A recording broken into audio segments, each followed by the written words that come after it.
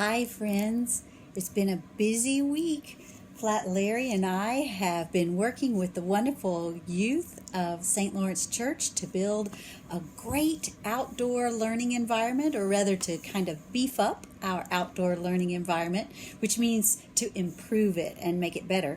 So it's been a busy and a fun week, and Flat Larry and I are ready now to continue the adventures of Flat Stanley. Can't wait to see what Flat Stanley gets up to this time. Remember, Flat Stanley has who in his family? A mom, a dad, and a brother. That's right. Flat Stanley by Jeff Brown. And remember the title page? Here's our title page. Looks good. It tells us Flat Stanley, his original adventures, and it's by Jeff Brown with the pictures by Mackie Pimentuan. Now, the last time we were here, do you remember Flat Stanley made himself into a kite? That was so much fun, and he did it to make his brother Arthur feel better. His brother Arthur was feeling kind of sad and left out. You remember that, don't you? We looked at his face and we could tell how he was feeling. Well, this time, our chapter number 4, is called The Museum Thieves. Now, take a look here. This is Flat Stanley. See his face? Does he look happy? Does he look maybe a little bit... What do you think? Let's read and find out. You can see his eyebrows are up, his eyes are wide, his mouth is small. Let's see how he's feeling. I bet you've made a good guess. Let's read the chapter and find out. You ready, Flat Larry? Flat Larry's ready. Mr. and Mrs. O.J. Dart lived in the apartment above the Lamb Chops. Remember, Lamb Chop is Flat Stanley's last name. Mr. Dart was an important man, the director of the famous Museum of Art downtown in the city. Stanley Lamb Chop had noticed in the elevator that Mr. Dart, who was ordinarily a cheerful man, had become quite gloomy. Look at that face. Very gloomy. But Stanley had no idea what the reason was. And then at breakfast one morning, he heard Mr. and Mrs. Lamb Chop talking about Mr. Dart. "I see," said Mr. Lamb Chop, reading his paper over the coffee cup, "that still another painting has been stolen from the famous museum. It says here that Mr. O.J. Dart, the director, is at his wit's end." Do you know what it means to be at your wit's end? It means you've used all of your thinking skills and you've come to the end of it and you still don't know the answer. That's a problem. "Oh dear," Mrs. Lamb Chop said. "Are the police no help?" "It seems not," said Mr. Lamb Chop. "Listen to what the chief of police told the newspaper. We suspect a gang of sneak thieves. These are the worst kind. They work by sneakery, which makes them very difficult to catch. However, my men and I will keep trying. Meanwhile, I hope people will buy tickets for the policeman's ball and not park their cars where the signs say they can't."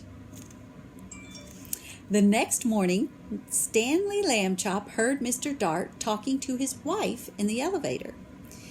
"These sneak thieves work at night," Mr. Dart said. "It is very hard for our guards to stay awake when they've been on duty all day. And the famous museum is so big, we cannot guard every picture at the same time. I fear it is hopeless, hopeless, hopeless." Suddenly, as if an electric light bulb had lit up in the air above his head, giving out little shooting lines of excitement, Stanley Lamb Chop had an idea. Dun, dun, dun! He told it to Mr. Dart. Stanley, Mr. Dart said, if your mother will give her permission, I will put you and your plan to work this very night. Mrs. Lambchop gave her permission. But you will have to take a long nap this afternoon, she said. I won't have you up until all hours unless you do. That evening, after a long nap, Stanley went with Mr. Dart to the famous museum. Mr. Dart took him into the main hall, where the biggest and most important paintings were hung. Very big, very important.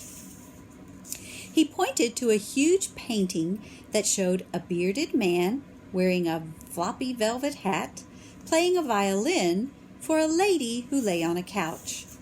There was a half-man, half-horse person standing behind them, and 3 fat children with wings were flying around above. Now let's take a look at that. All right, here we are. Here's the lady. Here's the man with the violin. Here's the half-horse, half-man. A half-horse, half-man is called a centaur. Centaur. I'll bet some of you knew that already. And these 3 chubby little childlike angels flying around, those are called cherubs. Now you know. Let's see what happens. All right. Mr. Dart explained that this painting was the most expensive painting in the world. There was an empty picture frame on the opposite wall. We shall hear more about that later on. Mr. Dart took Stanley into his office and said, It is time for you to put on your disguise. I already thought of that, Stanley said, and I brought one, my cowboy suit. It has a red bandana I can tie over my face. Nobody will recognize me in a million years. No, said Mr. Dart. You will have to wear the disguise I have chosen. From a closet, he took a white dress with a blue sash, a pair of shiny little pointed shoes, a wide straw hat with a blue band that matched the sash, and a wig and a stick. The wig was made of blonde hair, long and done in long ringlet curls. The stick was curved at the top, and it too had a blue ribbon on it. In this shepherdess disguise, Mr. Dart said, you will look like a painting that belongs in the main hall. We do not have cowboy pictures in the main hall. Stanley was so disgusted he could hardly speak. I will look like a girl. That's what I will look like, he said. I wish I had never had my idea. But he was a good sport, so he put on the disguise. And there he is. Flat Stanley, he just looks like part of the painting, doesn't he? That should fool any thieves. Let's see if it does. Back in the main hall, Mr. Dart helped Stanley climb up into the empty picture frame. Stanley was able to stay in place because Mr. Dart had cleverly put 4 small spikes in the wall, one for each hand and foot, so he could hold on with 2 and put both feet on the other 2. The frame was a perfect fit. Against the wall, Stanley looked just like a picture. Except for one thing, Mr. Dart said. Shepherdesses are supposed to look happy. They smile at their sheep and at the sky. You look fierce, not happy, Stanley. Does he look happy? No, Stanley's not smiling. He doesn't have little crinkles around his eyes. He doesn't look too happy. So, Stanley tried hard to get a faraway look in his eyes and even to smile at least a little bit. Mr. Dart stood back a few feet and stared at him for a moment. Well, it may not be art, he said, but I know what I like. He went off to make certain that the other parts of Stanley's plan were taken care of, and Stanley was left alone. It was very dark in the main hall. A little bit of moonlight came through the windows, and Stanley could just make out the world's most expensive painting on the opposite wall. He felt as though the bearded man with the violin and the lady on the couch and that half-horse person, and the winged children, were all waiting, just as he was, for something to happen. What do you think will happen? Can you make a prediction? A guess? Let's see. Time passed, and Stanley got tireder and tireder. Anyone would be tired this late at night, especially if he had to stand in a picture frame hanging on by 4 spikes. Maybe they won't come, Stanley thought. Maybe the sneak thieves won't come at all. The moon went behind a cloud, and the main hall went pitch dark. It seemed to get quieter, too, with all that darkness. There was absolutely no sound at all. Stanley felt the hair on the back of his neck prickle beneath the golden curls of the wig. Look at how dark it was. Creak! The creaking sound came from right out in the middle of the main hall, and even as he heard it, Stanley saw in the same place a tiny glow of light. The creaking came again, creak, and the glow got bigger. A trap door had opened in the floor. Look at that. And 2 men came up through it into the hall. Stanley understood everything all at once. These must be the sneak thieves. They had a secret trapdoor entrance into the museum from the outside. That is why they'd never been caught. And now, tonight, they were back to steal the most expensive painting in the world.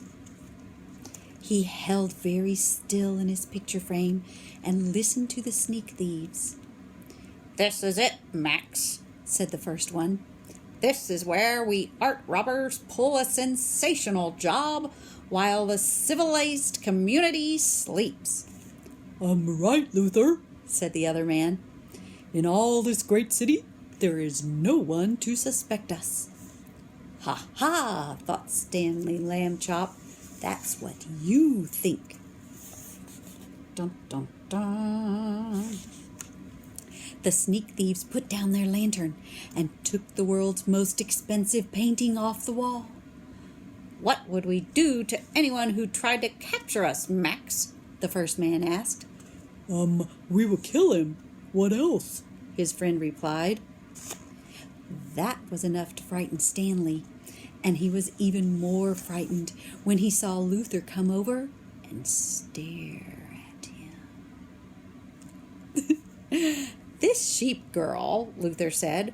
"I thought sheep girls were supposed to smile, Max. This one looks scared." Just in time, Stanley managed to get a faraway look in his eyes again and smile a little. "You're crazy, Luther," Max said. "She's smiling, and what a pretty little thing she is, too." That made Stanley furious. He waited until the sneak thieves had turned back to the world's most expensive painting, and he shouted in his loudest, most terrifying voice, "Police! Police! Mr. Dart, the sneak thieves are here!" Da, da, da. The sneak thieves looked at each other. "Max," said the first one very quietly, "I think the sheep girl was yelling."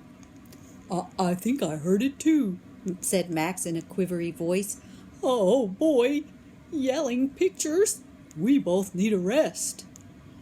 "You'll get a rest all right," said Mr. Dart, rushing in with the chief of police and lots of guards and policemen right behind him.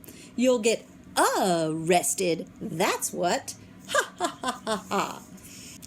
The sneak thieves were too mixed up by Mr. Dart's joke and too frightened by the policeman to put up any fight at all. Before they knew it, they had been handcuffed and led away to jail.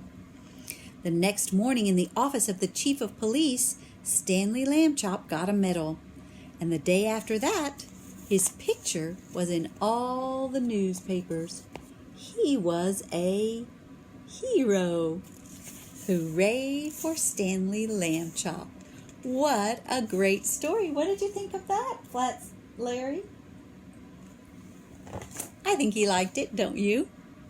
So look for Flat Larry on the St. Lawrence Parents' Day Out Facebook page. And guess where he is. If you guess correctly, you'll win a prize. We'll see you next time and find out more about the original adventures of dun dun dun Flat Stanley by Jeff Brown. Bye friends. See you soon.